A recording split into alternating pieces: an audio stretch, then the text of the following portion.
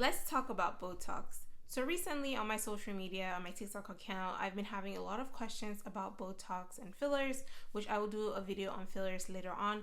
But today I wanted to talk about Botox, what it is, what we use it for, when you should get it, questions along those lines. So let's get right into it. So what is Botox? Botox is a neuromodulator or neurotoxin that is derived from the bacteria Clostridium botulinum. And this is the bacteria that in the past is, or can be currently, it can be responsible for paralysis of the muscle.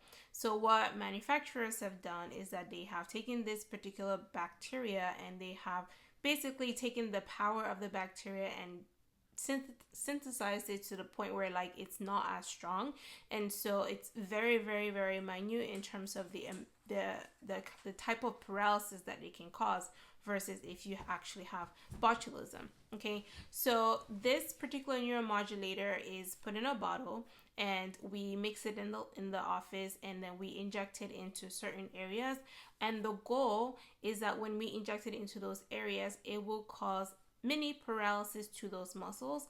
And when paralysis happens to those muscles, they don't contract, okay? And so that's basically how Botox works.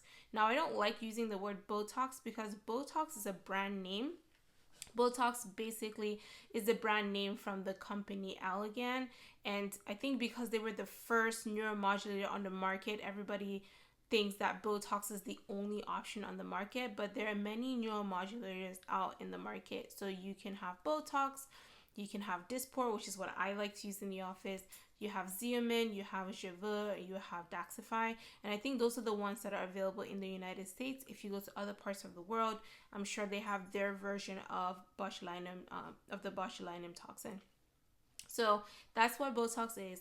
We particularly use it for wrinkles. So we use it for both dynamic wrinkles and static wrinkles. So dynamic wrinkles are wrinkles that occur when you move your muscle, and static wrinkles are wrinkles that are there whether you move your muscles or not.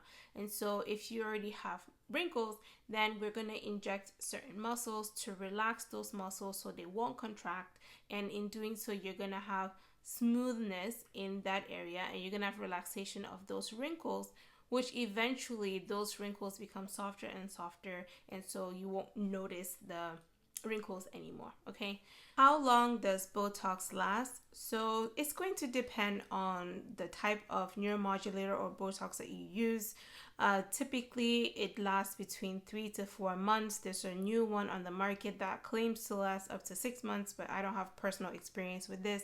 So it just depends, but when you're using Botox, you need to be prepared to come back consistently, at least quarterly, to get these treatments done to maintain your results.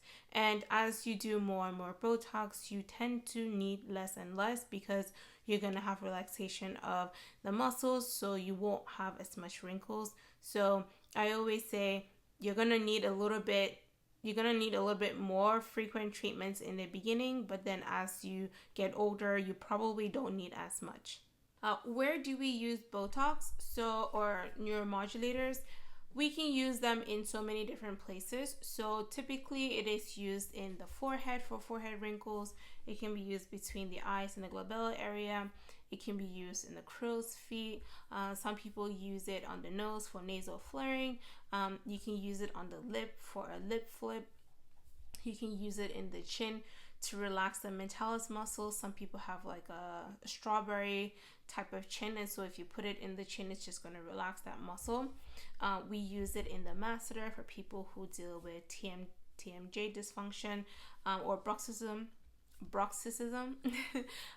We use it also in, I'm trying to think where else. We use it for sweating, so you can use it on your hairline for sweating. You can use it on the underarms for sweating. It can also be used for migraines. So there's so many different uses, and that's just in the cosmetic world. There are other uses of Botox in the medical world. So sometimes people use it for like relaxing trapezius muscles. It can be used in the GYN world, in the vaginal area. So Botox is a medication that has medical uses, but in this context, we are using it for cosmetic reasons.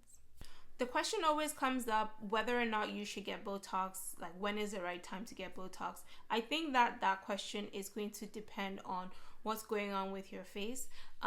If you're a young woman, especially in your 20s, I don't think that you need to be getting Botox. At that point, your main goal is to focus on using skincare products, and you can do procedures if you're starting to have wrinkles. Make sure you don't smoke. These are things that are going to cause premature aging. And most of the time in my office, I don't start doing Botox on patients until they're in their 30s. Or if I actually see that you have static wrinkles at a young age, I might do a small amount of Botox. But I don't do a lot of Botox for young patients. I just say no, because I don't think that it's something that is necessary, especially if I see your face and I don't think it's necessary, I won't do it. And when I do Botox, I like to use small amounts of Botox because I think it's important that people can still have expression in their face. So I want you to look as natural as possible when I'm using Botox on you. So generally, I'm not an over treater, if that makes sense. And my preferred Botox or neuromodulator of choice is Dysport. I like it. I feel like it lasts longer. I typically have patients of color in my office. That's what my practice focuses on. And for a lot of my patients of color, Dysport seems to work really well for them, last really long. So this is what I use in the office. If you're in the DC metro area and you're interested in starting your Botox journey, or you're interested in treating any wrinkles that you have, or you're basically looking to start anti-aging treatment, then I will leave my information below. I'm located in Northern Virginia, and my practice, Delight Medical and Aesthetics, primarily focuses on helping women of color look and feel their best. So I hope you found this video helpful. If you have more questions about Botox, leave them below and I will answer them for you. I will be doing a follow-up video on fillers, and I might show some examples as well of like how I do fillers and some before and after. So stay tuned for that. And yeah, I will see you in the next video. Bye.